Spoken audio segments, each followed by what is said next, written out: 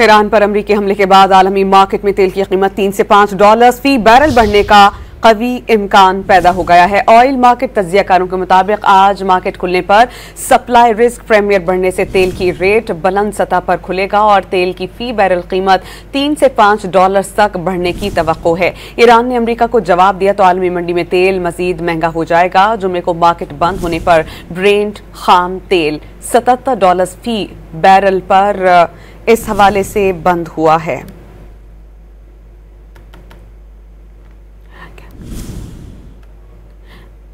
Iran पर अमरीकी हमले के बाद आलमी मार्केट में तेल की कीमत 3 से $5 फी बैरल बढ़ने का कभी इम्कान पैदा हो गया है।